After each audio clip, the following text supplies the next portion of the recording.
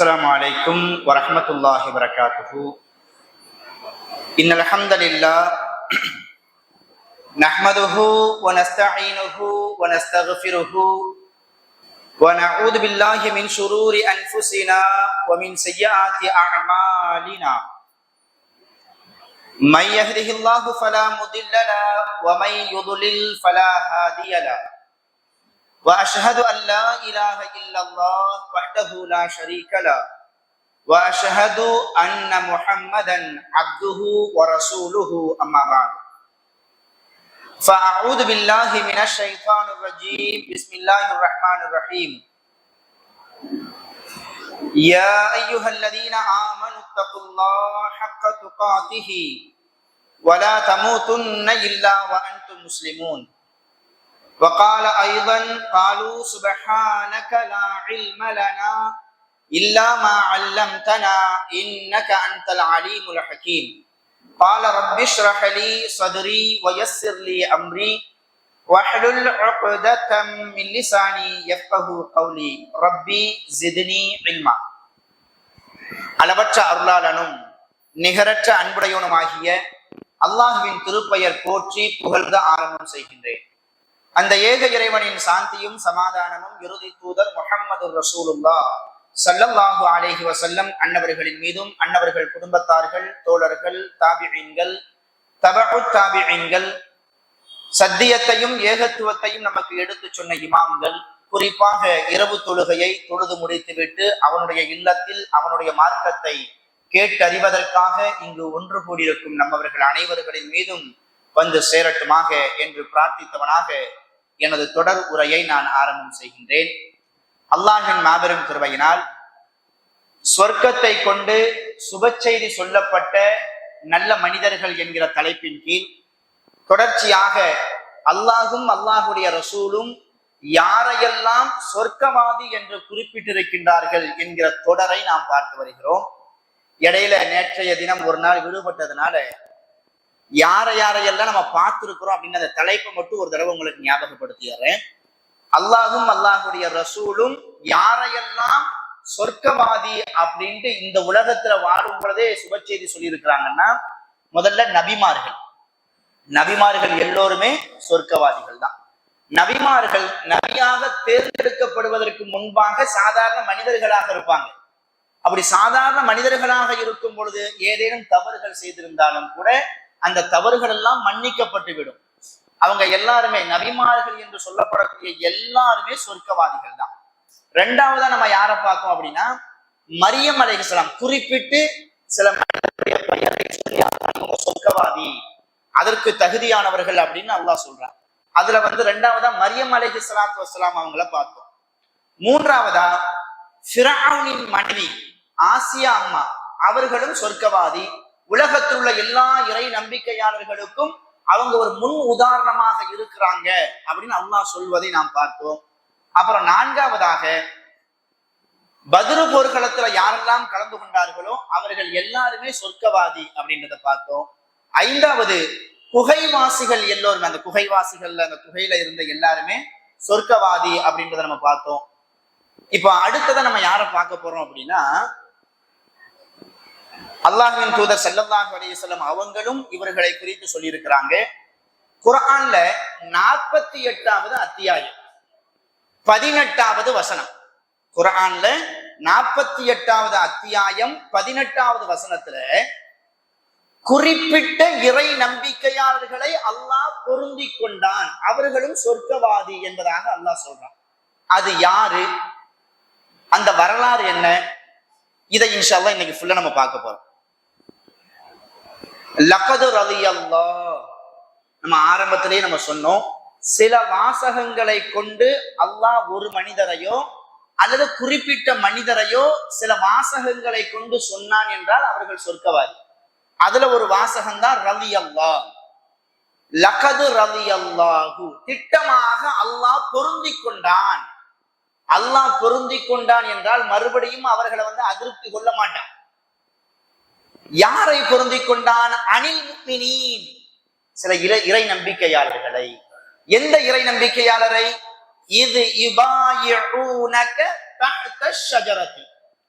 மரத்தடியின் கீழ் ஒப்பந்தம் செய்தார்களே, அப்படிப்பட்ட இறை நம்பிக்கையாளர்களை அல்லாஹ் பொருந்திக் கொண்டான். அவர்களின் உள்ளத்தில் இருப்பதை அல்லாஹ் அறிந்து விட்டான். அவர்களின் மீது அல்லாஹ் சக்கீனத்தை இறக்கினான். அவர்களுக்கு சமீபத்தில் இருக்கும் வெற்றியையும் வழங்கினான் அப்படின்ட்டு அல்லாஹ் ரப்புல் ஆலமீன் இந்த வசனத்துல சொல்லுவான். இந்த வசனத்தினுடைய சபபுன் நுசூல், இந்த வசனம் எதற்காக வேண்டி இறக்கப்பட்டுச்சு, எந்த காலகட்டத்துல இறக்கப்பட்டுச்சு, யார் விஷயமாக இறக்கப்பட்டுச்சு அப்படின்றத சொல்லும் பொழுது ஹதீசுகள்லயே இதற்கு சபபுன் நுசூல் கிடைக்குது. புகாரில 2721 22 31 32 வசன எண்களை நாம் பார்த்தோம். இன்னும் நிறைய செய்திகள் இருக்கு, இதுல நல்ல விரிவாகவே இருக்கும். புகாரி இல்லாம முஸ்லிம், அஹ்மது போன்ற நூல்கள்ல இன்னும் கொஞ்சம் தெளிவாகவே இந்த விஷயங்கள் சொல்லப்படும். இப்ப நம்ம இந்த பைஅத்துர் ரில்வான் அப்படின்ற சப்ஜெக்டை மட்டும் பார்க்காம இது தொடர்பா வரக்கூடிய எல்லா சம்பவத்தையும் நம்ம பார்க்க போறோம். ஏன்னா இதுல நிறைய ஒரு படிப்பினை இருக்கு. என்ன அப்படின்னா, ஹிஜ்ரி 6வது ஆண்டு மனசுல பதிய வச்சுக்கணும். ஹிஜ்ரி 6வது ஆண்டு ரசூல் ஸல்லல்லாஹு அலைஹி வஸல்லம் அவங்க மக்காவுல இருந்து மதீனாவுக்கு வந்துட்டாங்க. 6வது ஆண்டு தூக்கத்துல ஒரு கனவு ஒண்ணு காண்கிறாங்க.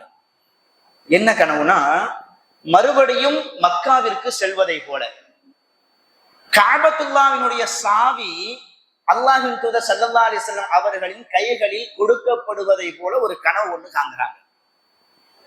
மறுநாள் காலையில ஃபஜ்ர் தொழுகைக்கு பிறகு, எப்பவுமே ரசூலுல்லாஹ்ட்ட ஒரு வழக்கம் ஒண்ணு உண்டு, ஃபஜ்ர் தொழுகைக்கு பிறகு உடனே வீட்டுக்கு போயிட மாட்டாங்க.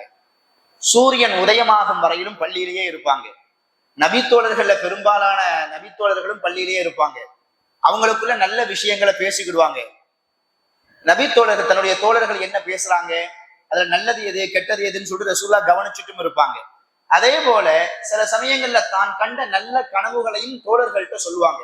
அந்த மாதிரிதான் ஹிஜ்ரி 6வது ஆண்டு ஒரு இரவு ரசூலுல்லாஹ் கனவு, இப்படி ஒரு கனவு காண்கிறாங்க.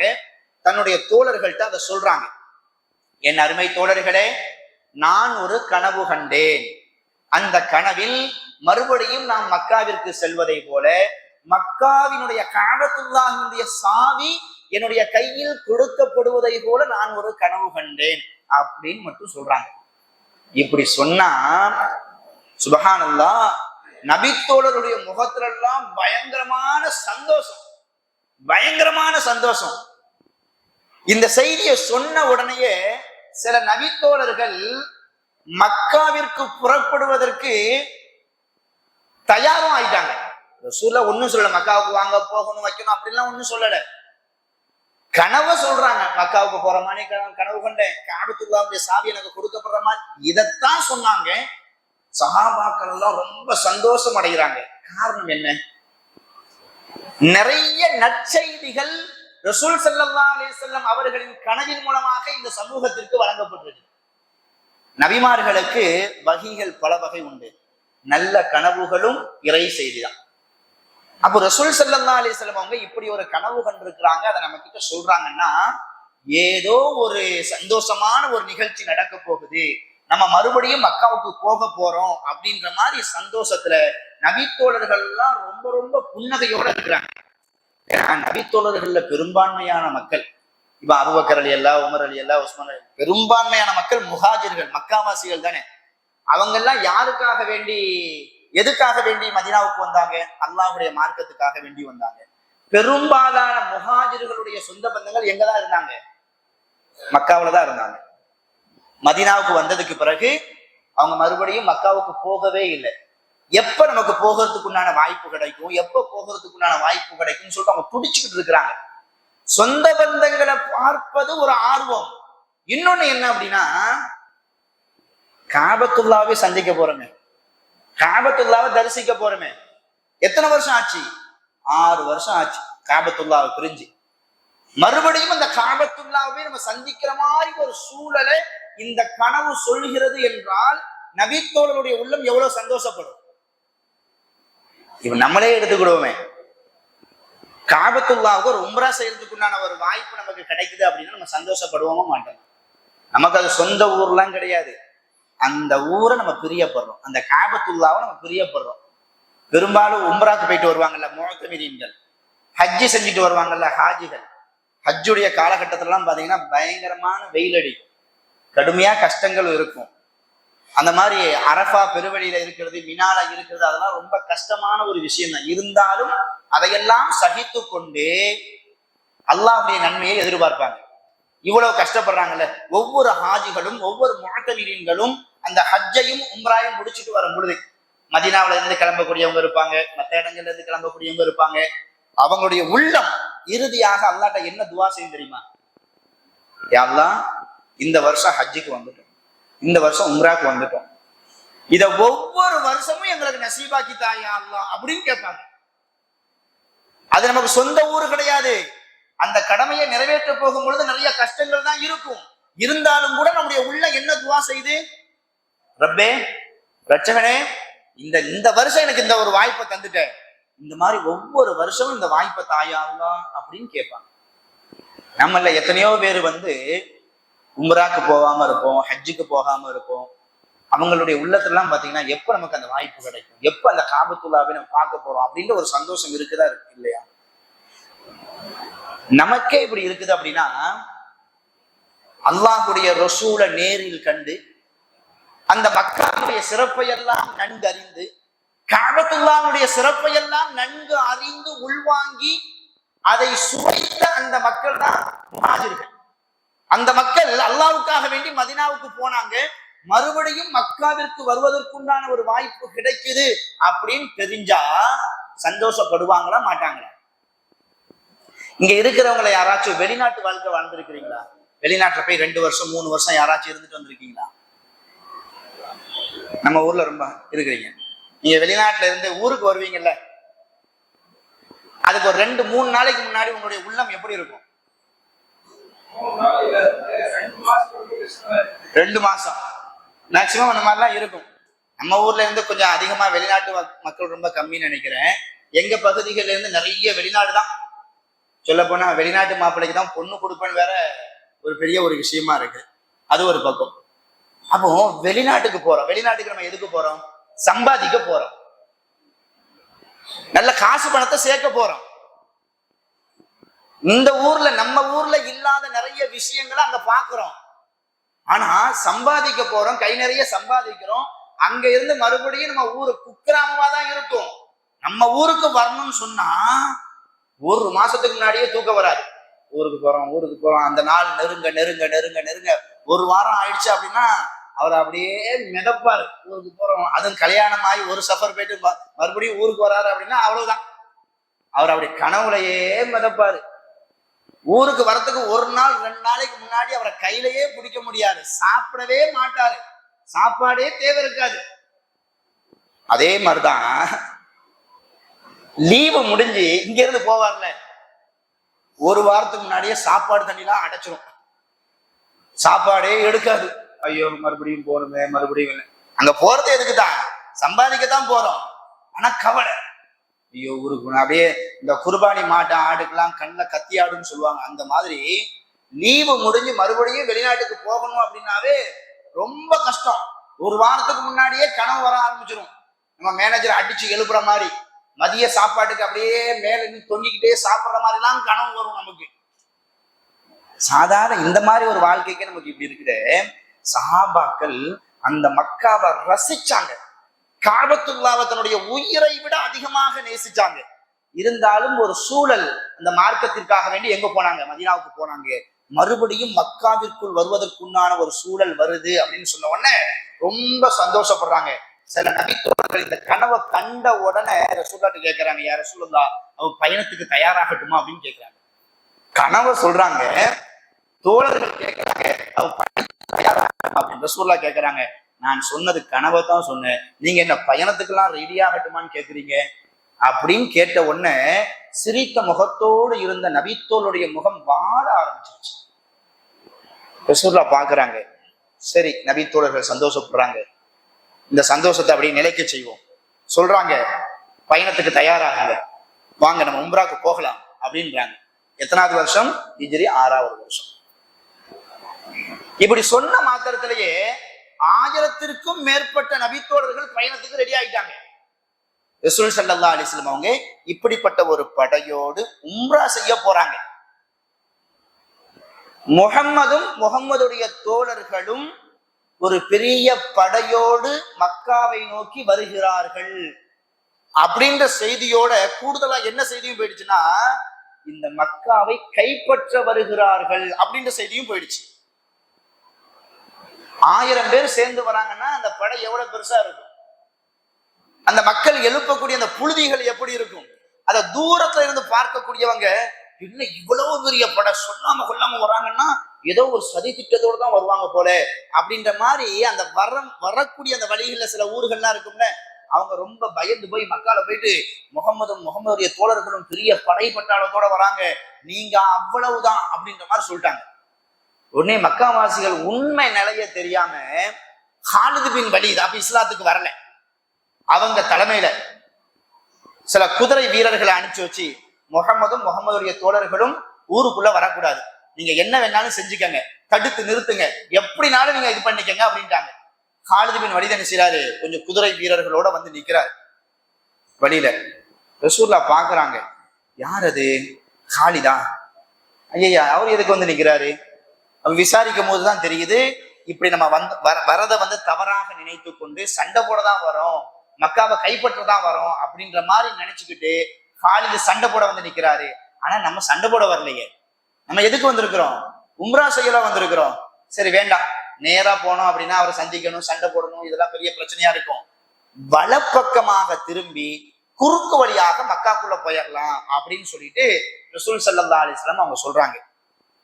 இதுல சில நபித்தோழர்களுக்கு உடன்பாடு இல்லை, குறிப்பா உமர் ரலியல்லாஹு அன்ஹு. யார சொல்லலாம், உங்களுக்கு பின்னாடி நாங்க இவ்வளவு பேர் இருக்கிறோம், வாங்க போவோம், ஹாலித் தானே, அவங்க கூட தான் கொஞ்சம் பேர் தான் இருக்கிறாங்க, நீங்க சொல்லுங்க யார சொல்லலாம், அவங்கள துவம்சம் பண்ணிடலாம், அவங்களாம் சொல்லுங்க அப்படின்றாங்க. நம்ம சண்டை போட வரல, உம்ரா செய்ய வந்திருக்கிறோம், அதனால வலப்பக்கமாக வாங்க அப்படின்னு சொல்லிட்டு அந்த கூட்டத்தை எல்லாம் வலப்பக்கமாக அப்படியே கூட்டிட்டு போறாங்க. ஹாலிது பாக்குறாரு, ஒருவேளை நமக்கு பயந்து போயிட்டா இருப்போங்க, நமக்கு பயந்து வேற வழியா போறாங்களோ, வேற எங்கேயோ போறாங்களோ அப்படின்னு நினைச்சு ஹாலிது தன்னுடைய படையை கூப்பிட்டு மக்காவுக்கு போயிட்டாரு. ஆனா ரசூல் ஸல்லல்லாஹு அலைஹி வஸல்லம் சண்டை சச்சரவு வேணான்னு சொல்லிட்டு வலப்பக்கமாக அப்படியே இறங்கி அப்படியே வராங்க. அப்படியே வந்தா மிரார் அப்படின்னு ஒரு இடம் ஒண்ணு வருது. என்ன இடம், மிரார். மதீனாவுல இருந்து வலப்பக்கமாக திரும்பினா இன்னைக்கும் வரைக்கும் கூட அந்த இடம் இருக்குது, ஒரு குறுகிய மலைப்பகுதி வழியாக அப்படியே இறங்கும், அந்த இடத்துக்கு பேர் மிரார். அந்த இடத்துல வந்த உடனே ரசூலுல்லாஹ்வுடைய ஒட்டகம் கீழே படுத்துக்குது, எழுந்திருக்க மாட்டாங்க. மக்கள்லாம் என்ன ரசூலுல்லாஹ்வுடைய ஒட்டகம் இந்த கஸ்வா இந்த மாதிரி பண்ணாத, அடம் பிடிக்காத, இப்ப என்ன அப்படி அடம் பிடிக்குது அப்படின்ற மாதிரிலாம் பேசுறாங்க வைக்கிறாங்க. அப்போ ரசூல் ஸல்லல்லாஹு அலைஹி வஸல்லம் சொல்றாங்க, என்ன இப்படி நடக்குது, சொல்றாங்க, வல்லதி நஃப்ஸி பியதிஹி லா யஸ்அலூனி குத்ததன் யுஅல்லிமூன ஃபீஹா ஹுருமாத்தில்லாஹ் இல்லா அதைதுஹும் ஈயாஹா. மக்காவுக்கு நம்ம சண்டை போட வரல, உம்ரா செய்ய தான் வந்திருக்கிறோம். ஆனா இந்த மக்காவாசிகள் நம்மளை தவறா நினைச்சு வச்சிருக்கிறாங்க, இவங்க தவறா நினைச்சு நம்ம கூட சண்டை போட்டாங்க அப்படின்னா அவங்களை சும்மா விட மாட்டேன். அல்லாஹ்வுடைய இறை இல்லத்தை தரிசிக்க தான் வந்திருக்கிறோம், உம்ரா செய்ய தான் வந்திருக்கிறோம். இதுக்கு ஏற்றவாறு அவர்கள் ஏதாச்சும் உடன்படிக்கை செஞ்சாங்கன்னா அவங்களோட நான் ஒப்பந்தத்துக்கு நான் தயாராகல.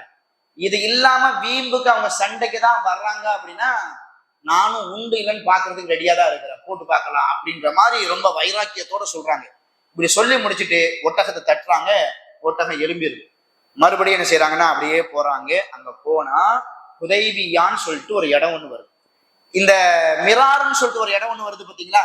இந்த இடத்துல இந்த மாதிரி சிக்கல்லாம் நடந்த ஒண்ணுதான் கொஞ்சம் தூரத்தை கொஞ்ச நேரம் கழிச்சு ரசூல் ஸல்லல்லாஹு அலைஹி வஸல்லம் என்ன செய்யறாங்கன்னா, உஸ்மான் ரலியல்லாஹு அவங்கள மக்காவுக்கு அனுப்பி வைக்கிறாங்க.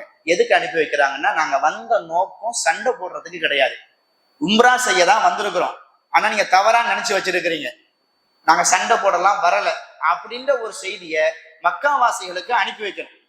யாரை அனுப்பி வைக்கலாம், தூதுவராக உஸ்மான் ரலியல்லாஹு தேர்ந்தெடுத்து நீங்க போய் மக்கத்து குறைஷிகள்கிட்ட போய் சொல்லுங்க, தேவையில்லாம இந்த ஹாலிது வேற சண்டைக்கு வேற வந்துகிட்டு இருக்கிறாரு, அங்குள்ள தலைவர்கள்ட்ட போய் நீங்க சொன்னீங்கன்னா இதுக்கு ஒரு சுமூகமான ஒரு வழி கிடைக்கும்னு சொல்லிட்டு உஸ்மான் ரலியல்லாஹு ரசூல் ஸல்லல்லாஹு அலைஹி வஸல்லம் தூதுவராக அனுப்பி வைக்கிறாங்க. உஸ்மான் ரலியல்லாஹு மக்காக்குள்ள போனாங்க. போய் அங்குள்ள மக்கத்து காபிர்கள் தலைவர்கள் போய் இந்த விஷயத்தை சொல்லி வரல. உஸ்மான் ரலியல்லாஹு வராத அந்த செய்தி ரசூலுல்லாஹ்வுக்கும் சஹாபாக்களுக்கும் எந்த மாதிரி ஒரு வதந்தியா பரவிடுச்சு அப்படின்னா, உஸ்மான் ரலியல்லாஹ்வை மக்கத்து காபிர்கள் கொலை செஞ்சிட்டாங்க அப்படின்ற ஒரு செய்தி, ஒரு வதந்தி எங்க வந்துருது? ரசூலுல்லாஹ்வுக்கு வந்துருது. ரசூலுல்லாஹ்வுக்கு ரொம்ப மனசு வருத்தம். சஹாபாக்கள்லாம் ரொம்ப கொந்தளிச்சு போயிருந்தாங்க. ஒன்னும் உஸ்மான் ரலியல்லாஹ்வுடைய சொந்தம் முக்கியமான நபித்தோழர். அதை விட இன்னொன்னு என்ன அப்படின்னா, நம்ம தூதுவரா நம்ம அனுப்பிச்சு வச்சிருக்கிறோம். ஒரு செய்தியை தூது சொல்ல ஒரு தூதுவரா அனுப்பிச்சு வச்சிருக்கிறோம். அந்த காலத்துல இருந்து இந்த காலம் வரையிலும் தூதுவருக்குன்னு சொல்லிட்டு ஒரு தனி மதிப்பு உண்டு. தூதுவர்களை தாக்கக்கூடாது, தூதுவர்களை கெட்ட வார்த்தைகளை சொல்லி அவமானப்படுத்தக்கூடாது, அவங்கள காயப்படுத்தக்கூடாது. இது இன்னைக்கு இல்ல, அன்னைக்கே அந்த அமல்கள் உண்டு. இன்னைக்கும் கூட அந்த அமல்கள் பாதுகாக்கப்படுது. இப்ப இந்தியான்னு இருந்துச்சு அப்படின்னா பாகிஸ்தானுடைய தூதரகம் இங்க இருக்கு. ரெண்டுமே சண்டை போட்டுட்டு இருந்தாலும் கூட பாகிஸ்தானுடைய தூதரகம் இந்தியால இருக்கும். நம்ம இந்தியால உள்ளவங்க யாரும் பாகிஸ்தானுடைய தூதரகத்தை போய் தாக்கக்கூடாது, அவங்களோட தூதுவர்களை போய் எதுவும் சொல்லக்கூடாது, கெட்ட வார்த்தைகள்ல பேசக்கூடாது.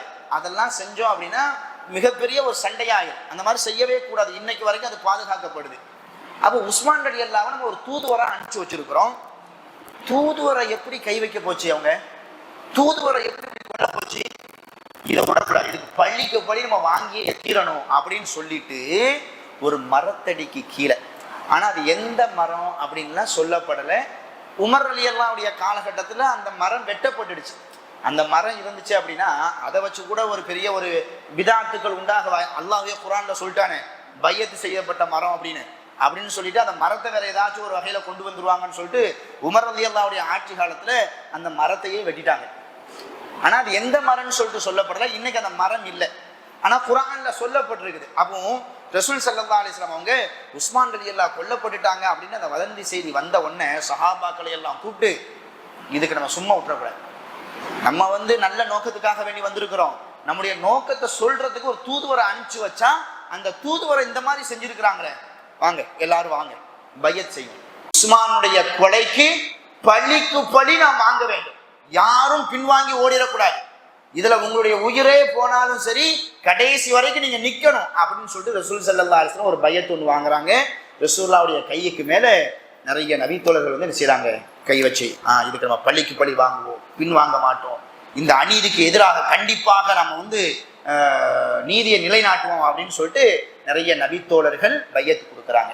இந்த பையத்துக்கு பேர் தான் பைஅத்துர் ரிதுவான். ஹிஜ்ரி 6வது ஆண்டு இந்த பையத்துர் ரிதுவான் நடந்துச்சு.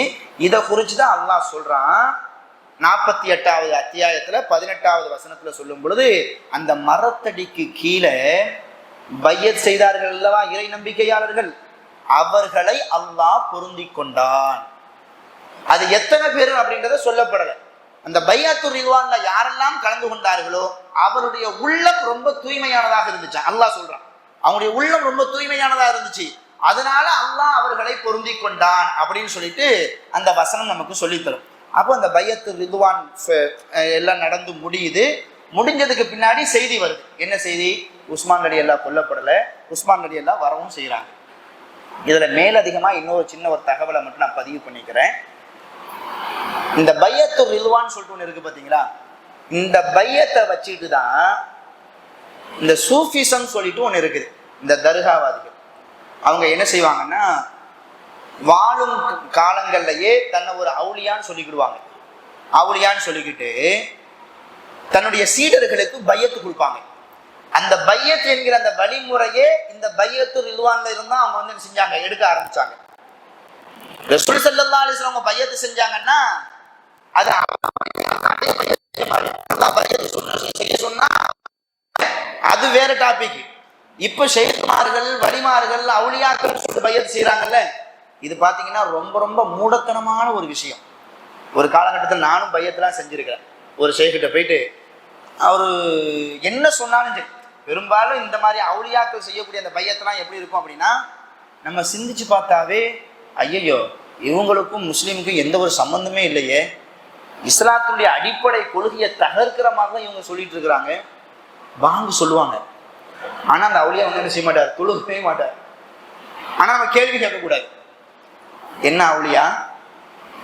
பாங்கு சொல்லியாச்சு, இன்னும் தொழுகாம இருக்கிறீங்களே, அப்படி கேள்வி கேட்டா அந்த முரீதை ரத்து பண்ணிடுவாங்க, அந்த பையத்தை ரத்து பண்ணிடுவாங்க. நீ ரொம்ப ஓவரா பேசுற, நீ என்ன இல்லை பையத்து கொடுக்கறதுக்கு உனக்கு முரீது தரத்துக்கு நீ லாயி கிடையாது. கூடுதலா இந்த மூசா அலைஹிஸ்ஸலாத்து வஸ்ஸலாம் இருக்கிறாங்கல்ல, அவங்க ஹித்ர் அலைஹிஸ்ஸலாத்தோட அந்த கப்பல்ல பயணம் செய்வாங்கல்ல, இதையும் சொல்லி காமிப்பாங்க. அது ஒரு வேற சம்பவம். நீ கூட நீ பேசின உனக்கு ஆன்மீகம் தெரியாம போயிடும். நான் என்ன செஞ்சாலும் அமைதியா இருக்கும். பெரும்பாலும் பாருங்களேன், இந்த சூஃபிசத்துல போறவங்க பாத்தீங்கன்னா ஷேகுன்னு சொல்லிட்டு ஒருத்தர் வலியுள்ளான்னு சொல்லி இருப்பாரு. அவரு கீழே பெரிய பெரிய ஆலிங்கள்லாம் இருப்பாங்க, 7 வருஷம் 10 வருஷம் படிச்ச ஆலிங்கள்லாம் இருப்பாங்க.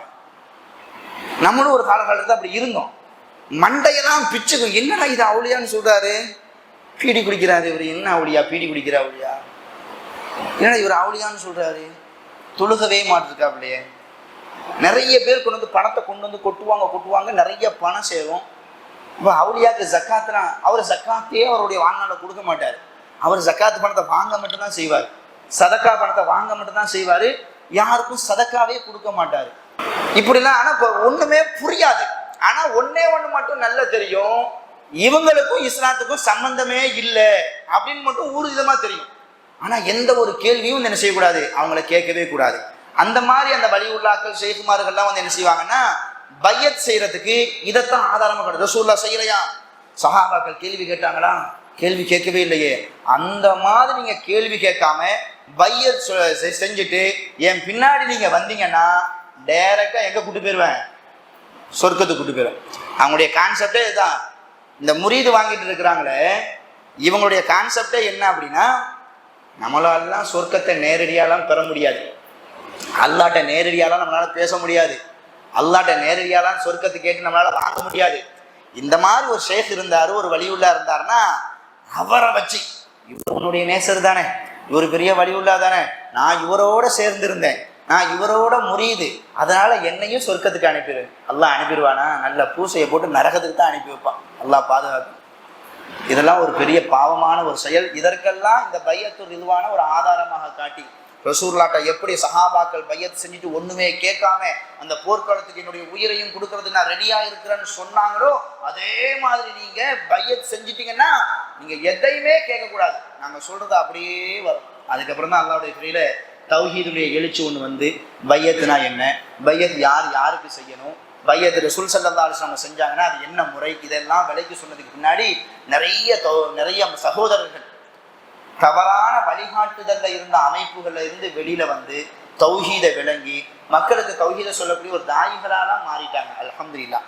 அப்போ இந்த மாதிரி ஒரு பையத்து ரிதுவான் நடக்குது. இந்த பையத்து ரிதுவானுக்கு அப்புறம் உஸ்மான் ரலியல்லாஹு வந்துடுறாங்க. வந்ததுக்கு பின்னாடி ரசூல் ஸல்லல்லாஹு அலைஹி வஸல்லம் சாந்தமாயறாங்க, நபி தோழர்களும் சாந்தமாயறாங்க. அடுத்து அவங்களுடைய குறிக்கோள் என்னவா இருக்குதுன்னா, மக்காவுக்கு போகணும். என்ன செய்யறது, வாங்க புறப்படுவோம் அப்படின்னு சொல்லிட்டு புறப்பட்டாங்க.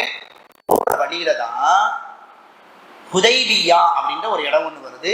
ஹுதைபியால தங்கக்கூடிய ஒரு சூழலும் வருது. இங்க ரசூல் ஸல்லல்லாஹு அலைஹி வஸல்லம் அவங்க ஒரு முஅஜிஸா, ஒரு அற்புதத்தையும் செஞ்சு காட்டுறாங்க. நிறைய 1000க்கும் மேற்பட்ட தோழர்கள் இருக்கிறாங்க. அங்க பாத்தீங்கன்னா கொஞ்சோண்டு தண்ணி கொண்ட ஒரு கிணறு மாதிரி ஒன்று இருக்குது. நபி தோழர்கள் அங்க தங்குறாங்க, அந்த தண்ணியை இறக்கிறாங்க, எல்லா தண்ணியும் காலி ஆயிடுச்சு. நபி தோழர்கள் ரசூலுல்லாஹ்ட்ட வந்து சொல்றாங்க, யார சொல்லலாம், தண்ணி இல்லாம இருக்குது, கொஞ்சம் தண்ணி தான் இருக்குது, அதுவும் காலியாயிடுச்சு, இப்ப நாங்க எங்க என்ன செய்யறது, தண்ணி இல்லாம இருக்குது அப்படின்னு சொன்ன உடனே ரசூலுல்லாஹ் தன்னுடைய அம்பு கூட்டுல இருந்து ஒரு அம்பு எடுக்கிறாங்க. அந்த தண்ணீர் இருக்கக்கூடிய அந்த பள்ளத்தாக்குல போடுறாங்க. இப்ப நீங்க தண்ணீர் எடுங்க அப்படின்றாங்க. இந்த ஹதீஸ அறிவிக்கக்கூடிய அறிவிப்பாளர்கள் சொல்றாங்க, அந்த அம்பு கூட்டுல இருந்து ஒரு அம்பு கூட்டை ரசூலுல்லாஹ் போட்டாங்கல்ல, போட்ட உடனே அந்த தண்ணீர் அப்படியே பீறிட்டு வந்துச்சு. நாங்க அந்த இடத்தை விட்டு காலியாகும் வரைக்கும் நாங்களும் வயிறு நிரம்ப தண்ணீரை குடிச்சோம், என்னுடைய தோல் பைகள்ல எல்லாம் அந்த தண்ணீரை நாங்க நிரப்பிக்கிட்டோம். இதை நாங்க கண்கூடா பார்த்த ஒரு அற்புதம் அப்படின்னு அது இதுல இந்த விஷயத்த இன்னொன்னு நம்ம தெரிஞ்சுக்கணும். எல்லா நபிமார்களும் நினைச்ச நேரத்துல எல்லாம் அற்புதத்தை செய்ய முடியாது. அல்லாஹ் அவங்களுக்கு அனுமதி கொடுப்பான். அல்லாஹ்வுடைய உத்தரவின் பெயர்ல மட்டும்தான் நபிமார்கள் செய்வாங்க. எல்லா நேரங்கள்லையும் நபிமார்கள் அற்புதம் செய்யக்கூடியவங்க, அவங்க நினைச்சா என்ன வேணாலும் செஞ்சிருவாங்க அப்படின்ற ஒரு தவறான ஒரு விஷயத்தை நம்ம எடுத்துக்கூடாது. ரசூல் ஸல்லல்லாஹு அலைஹி வஸல்லம் அவங்களும் சரி, அவங்களுக்கு முன்னாடி இருந்த நபிமார்களும் சரி, சில சமயங்கள்ல சில அற்புதத்தை செஞ்சு காமிச்சாங்க. அது அல்லாஹ்வுடைய உத்தரவின்படிதான் அவங்க செஞ்சு காமிச்சாங்க. அவங்களுக்கே அவங்க அந்த பவரை என்ன செய்யல, கொடுக்கல. அல்லாஹ் தேவைப்படக்கூடிய நேரத்துல அந்த மாதிரி ஒரு அற்புதத்தை செய்யக்கூடிய ஒரு ஆற்றலை கொடுப்பான். அந்த மாதிரி ஒரு அற்புதத்தை செய்யறாங்க, தண்ணீர் வருது. அப்போ ஹுதைபியால இருக்கும் பொழுது சில பேச்சுவார்த்தைகள் நடக்குது. இதெல்லாம் நம்ம ரொம்ப கட்டாயமா தெரிய வேண்டிய பேச்சுவார்த்தைகள். அந்த பேச்சுவார்த்தைகள்ல என்னென்ன விஷயங்கள் நடந்துச்சு, யார் யாரெல்லாம் பேச்சுவார்த்தைக்கு வந்தாங்க, பேச்சுவார்த்தை நடக்கும் பொழுது ரசூல் ஸல்லல்லாஹு அலைஹி வஸல்லம் அவங்க எவ்வளவு கவனத்தோடு சில வார்த்தைகளை பயன்படுத்தினாங்க. அந்த பேச்சுவார்த்தை நடக்கும் பொழுது நம்முடைய உள்ளத்தை உழுக்கக்கூடிய ஒரு சம்பவம், ஒரு நபித்தோளுடைய சம்பவம் ஒன்று நடந்துச்சு. அந்த சம்பவத்தை யார் படித்தாலும் சரி, இப்படியெல்லாம் வரலாற்றில் இஸ்லாத்திற்காக வேண்டி தியாகம் செஞ்சிருக்கிறாங்களா அப்படின்ற அந்த உணர்வு நமக்கு வரும். ஹுதைபியா உடன்படிக்கை இருக்கும் பொழுது சில பேச்சுவார்த்தைகள் நடக்குது. அந்த பேச்சுவார்த்தை நடக்கும் பொழுது ஒரு நபித்தோழருடைய சம்பவம் அங்க நடக்குது. அந்த சம்பவம் ரொம்ப ரொம்ப முக்கியமானது. அந்த சம்பவத்தை தொடர்ந்து அல்லாஹ் மிகப்பெரிய ஒரு வெற்றியையும் கொடுப்பான் இன்ஷா அல்லாஹ். அது என்ன சம்பவம், யாரை குறித்து உண்டான சம்பவம், ஹுதைபியால என்னென்ன பேச்சுவார்த்தை நடந்தது, அந்த பேச்சுவார்த்தையினுடைய முடிவுல இறுதியில எப்படிப்பட்ட சூழல் ஏற்பட்டுச்சு, அந்த சூழலுக்கு பிறகு அல்லாஹ் எப்படிப்பட்ட ஒரு வெற்றியை கொடுத்தான் என்பதனை இன்ஷா அல்லாஹ் நாளைய தினம் நாம் தொடர்ச்சியாக நாம் பார்க்கலாம். இதுவரையிலும் நாம் அறிந்த செய்தியை நமது வாழ்க்கையின் பாடமாக அமைத்துக் கொண்டு நமது வாழ்க்கையை செம்மையாக அமைத்துக் கொள்ள வல்ல இறைவன் அருள் புரிவானாக என்று பிரார்த்தித்தவனாக எனது உரையை நான் நிறைவு செய்கிறேன். வ ஆகிர் தாவானா அனில் அல்ஹம்துலில்லாஹி ரப்பில் ஆலமீன்.